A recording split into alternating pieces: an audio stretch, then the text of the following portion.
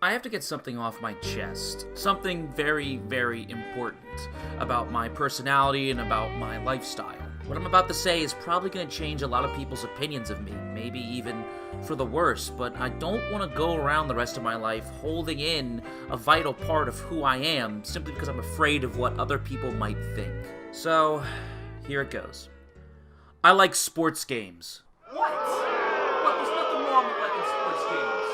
Hey, there's nothing wrong with liking sports games. It's 2021.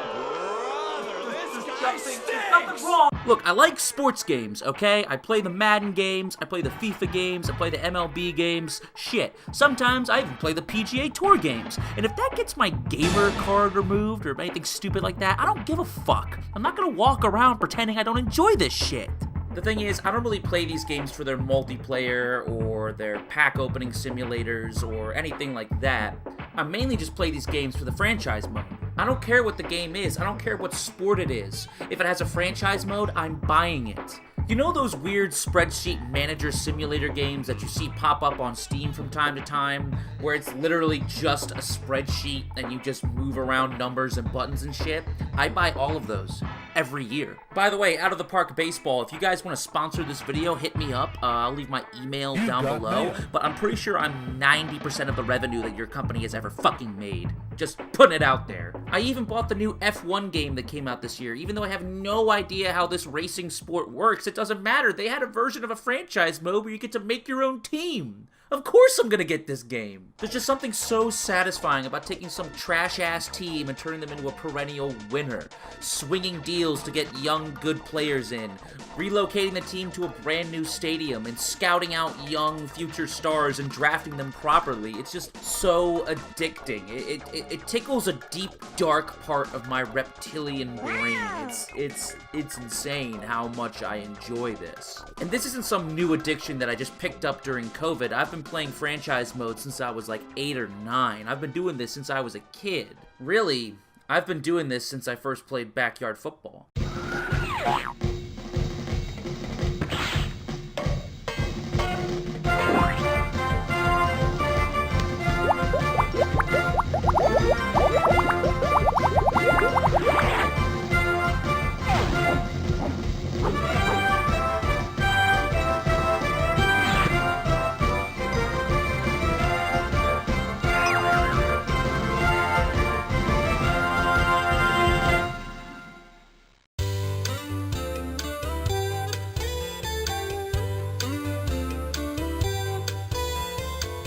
I know nowadays most sports games are just the exact same game each year with slight minor improvements, and they're desperately trying to get you to buy fucking loot boxes with real money, but back in the day, they were actually pretty legit. There was the fast-paced and hard-hitting NFL Street where you could slam people into the fucking walls at like Mach 1. There was the NCAA football games where you could make your own colleges and recruit your own student athletes. I mean, there were so many classics from this era. I remember Madden 06 being the best because of its superstar mode where you picked a character based on the gene pools of your parents. You could import characters from the NCAA game. You could be in movies. You hired your own agents. It was really cool shit. But despite all of these sports games that I played growing up, I always came back to backyard football the most. I'm not sure why. Backyard Football was a game made by Humongous Entertainment, and, well, it's a football game that takes place in backyards and is aimed at kids. It's pretty self-explanatory. Up until that point, Humongous Entertainment had mostly just made point-and-click adventure games for children, like Putt Putt or Pajama Sam. But after the success of Backyard Football and Backyard Baseball, they would then branch out to other sports like hockey, basketball, and soccer. Now I'm going to throw out a disclaimer. I know this game is aimed at children. I know it's probably not going to be that great, and I'm probably on some level going to be disappointed. Regardless, I have had an insatiable craving to play this game. So, let's dig this thing up and see if it still holds up. After that bop of an opening, we go straight into creating our own team and picking our players. This is where the magic happens. You have a wide variety of players to choose from, all with their own stats, and you also have real-life professional football players as children. We got Steve Young, Barry Sanders, Dan Marino, Jerry Rice. So many classic, iconic football players are in this game. It's honestly pretty charming. Oh my god, there's Brett Favre. Quick, we have to warn him about the future. Brett, listen, in the future, you end up playing for the Jets. You also get involved in a minor scandal involving you sending unsolicited dick pics to women you don't know, but who cares about that? You end up playing for the Jets, man! Don't do it! All of these characters are fully voiced, have their own distinct personalities, and have their own unique touchdown celebrations. You can also make your own custom characters with custom stats if you are so inclined. Hurry up and pick me. Wow, they really got my voice spot on, god damn. This is probably the most important part of the game because you only have a limited amount of players you can pick to play offense, defense, and special teams. So you actually need to think about who you're putting on your team. That being said, I've played this game for countless hours as a child, so I should be able to craft a borderline perfect football team. First and foremost, no professional players. As a kid, I saw this as cheating, and I still carry that mentality today. No way! Next, we're going to want to get our more niche positions out of the way first. So let's start with a quarterback and a kicker. When I was a kid, I remember always picking Dante Robinson as my quarterback because he can throw pretty well and run pretty well as well. But Jocinda has 4-star throwing, even though she's not very mobile. She's more of a pocket passer. And I've never really picked her before, so we'll go with her for the quarterback. Now you're talking. Speaking of players I always used to pick as a kid, I always used to pick Kenny Kawaguchi. Now I'd have him be my running back. I don't know, we'll look at him and see what stats he has. Kenny, the kid who cannot use his legs, has 3-star kicking. What? How does he... Kenny, trying to make it. 28. Straight through. What a kick! That looked like a bottle rocket.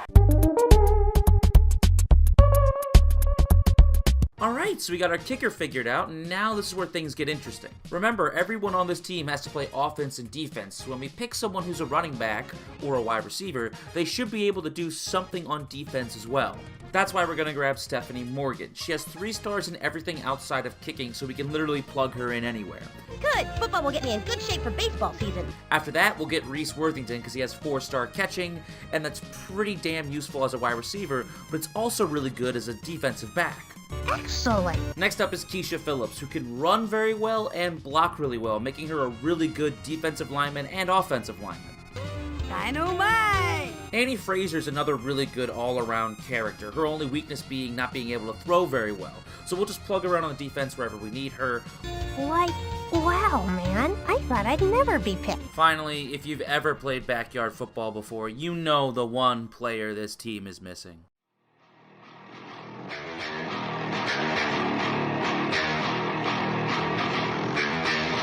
Pablo Sanchez.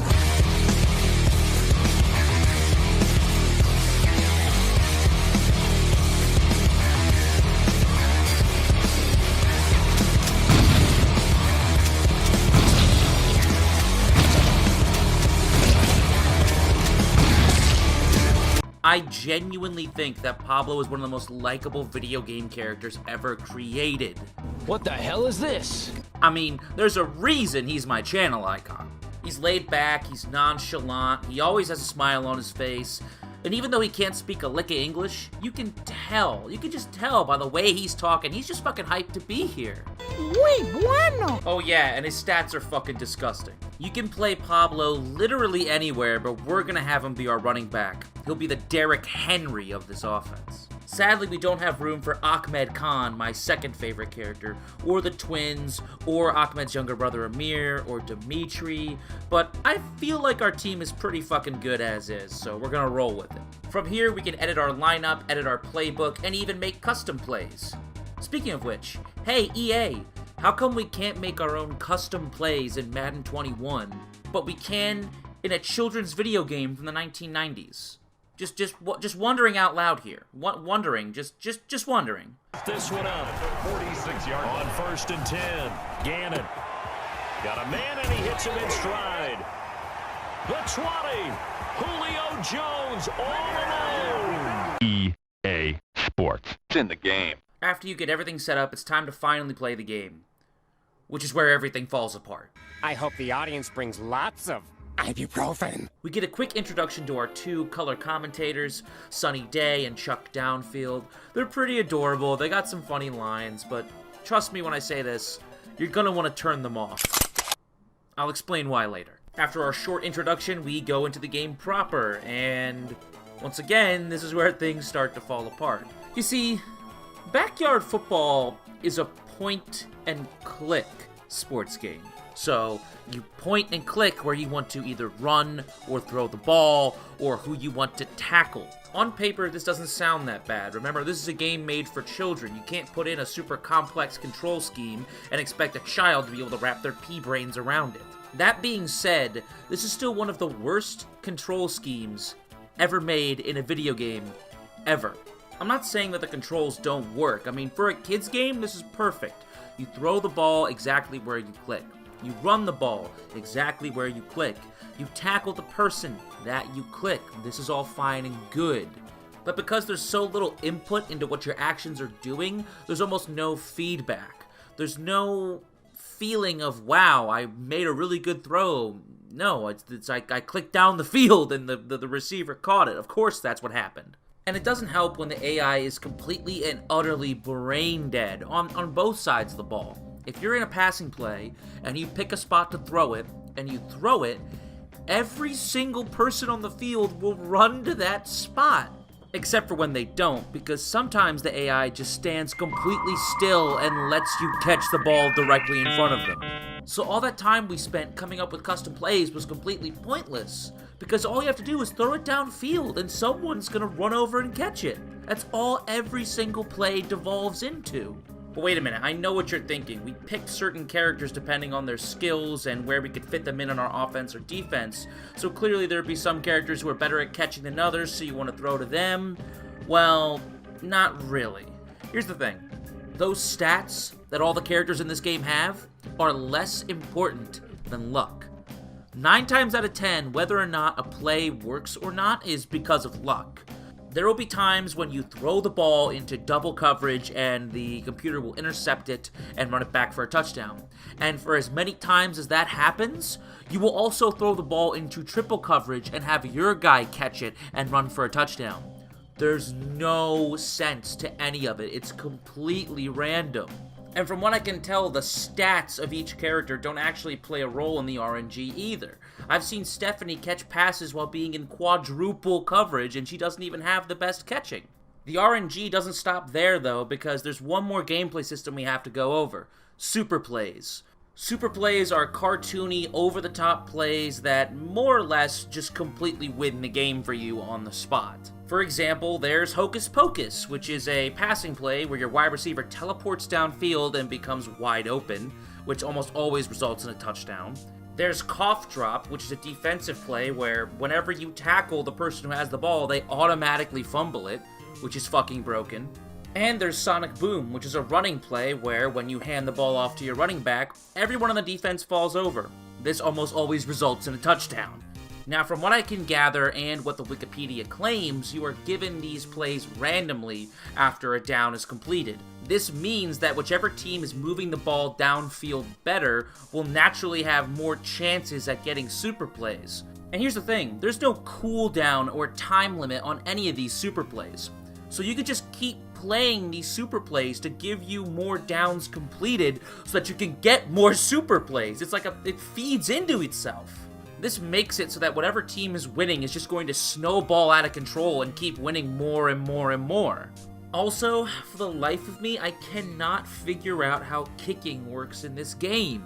For the longest time, I thought it was just you max out the meter and that counts for your accuracy and your power during this minigame, but it doesn't. It just counts for the power.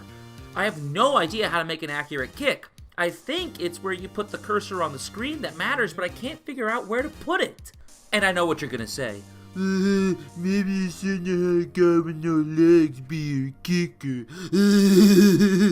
And to that I say, hey asshole, Kenny's the first one to practice every day. Rain, snow, shine. It doesn't matter. He worked his ass off to be a part of this team, and I'm not gonna have you drag him down.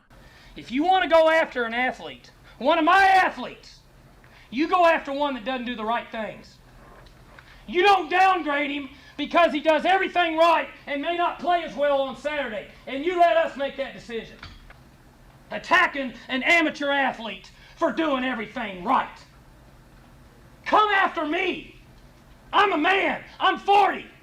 Besides, I'm not going to sub him out because, you know, if you're relying on kicking field goals to win you games in a video game made for children, I feel like that's kind of on you. Finally, what makes this incredibly unfun, uninteresting, and way too easy gameplay system even worse is the sound design in this game. I'm going to play you a clip from this game, and I want you to just listen and pay attention to the sounds that you are hearing. Just focus on the sounds. The visuals don't matter. Just focus on what you are hearing. The Patriots will get the ball at the 38. George on the give. Angles it up the middle. Finds the hole. He goes a high stepping down the sidelines. The 30. The 20. The 10. It is a touchdown. That's a lot of yards for you and me. You hear that? That doesn't sound so bad. You know, there's some crowd ambience, there's some color commentary, the characters have some voice lines when they tackle somebody. This is fine, right? That felt good. That was a good play by Latha to get him out of bounds. That saved 6. At the 34-yard line. Whoa! Looks like the offense just used that devastating slide down play to knock the defense back.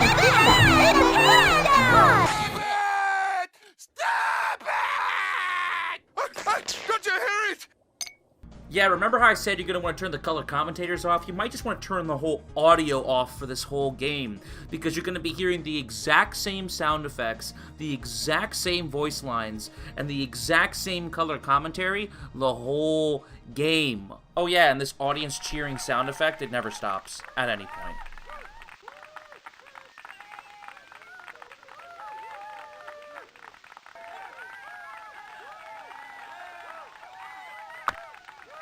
I'm gonna sound like a broken record, but look, I get it.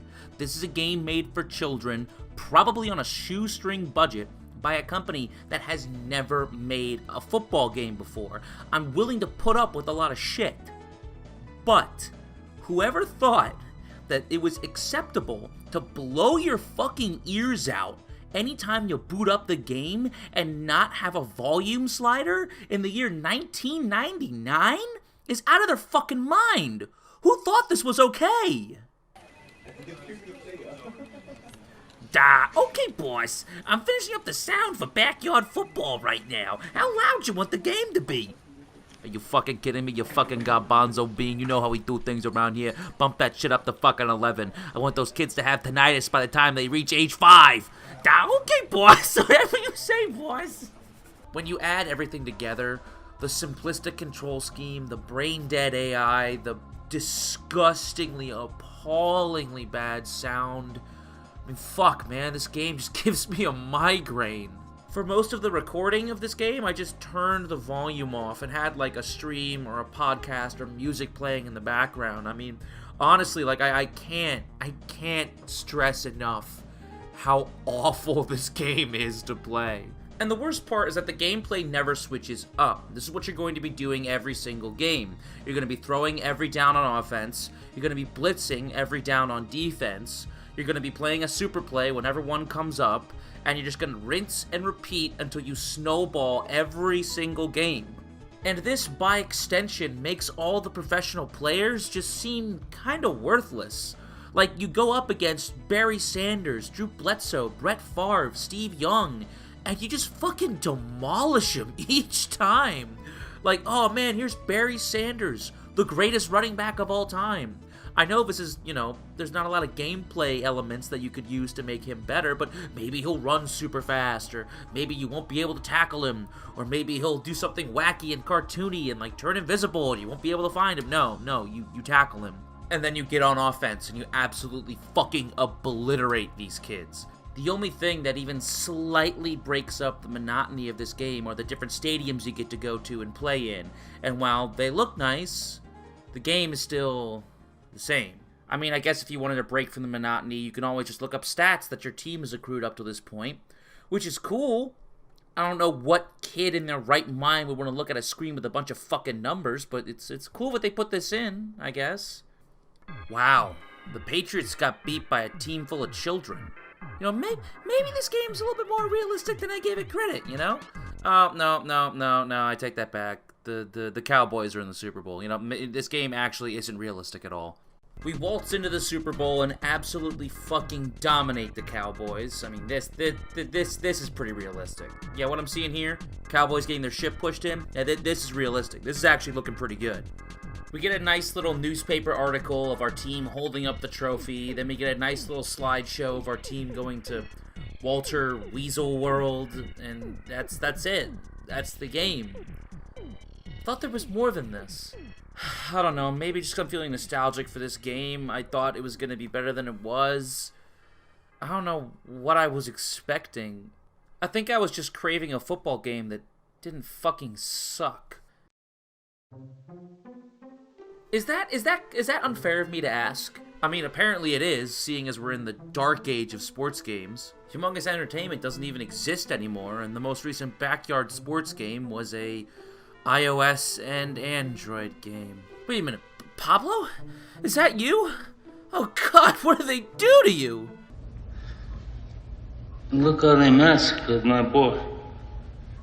And it's a shame because I feel like right now is the perfect time for a Backyard Sports game to come out and, you know, give us something interesting and fun and lighthearted as opposed to whatever the fuck is going on over here at Madden. I guess Snoop Dogg's in it now?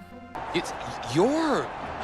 Yeah, rapper, producer, entrepreneur, Snoop D-O-double-G. Please believe it, that's me. But I mean, what else are you gonna play? There's no other AAA football games that have come out in the past couple of years. But I guess we'll just have to wait, be patient, stop buying these games every year so that they get the message and come out with something impactful and meaningful. Until then, I don't know. It's Madden or nothing. They've worked on these situations. They practice this all the time. They practice it all the time. They know what they want to get done. And in a lot of cases, the great competitors, they love this situation. They think they can go ahead and get it done. They practiced it. We'll see. He takes it across for the touchdown, and they've taken the lead late in the final minute of the fourth. Oh, and before I forget, let me get something else off my chest. I love the hacking game from Fallout New Vegas. Oh, come on, guys. Come on. Is it writing or is it warrior? Like, come on. Guys, come on. This is fun. This is fun. You can put the little brackets and the parentheses and you get stuff. Guys, come on, please. I'm gonna smash a bottle over your fucking head.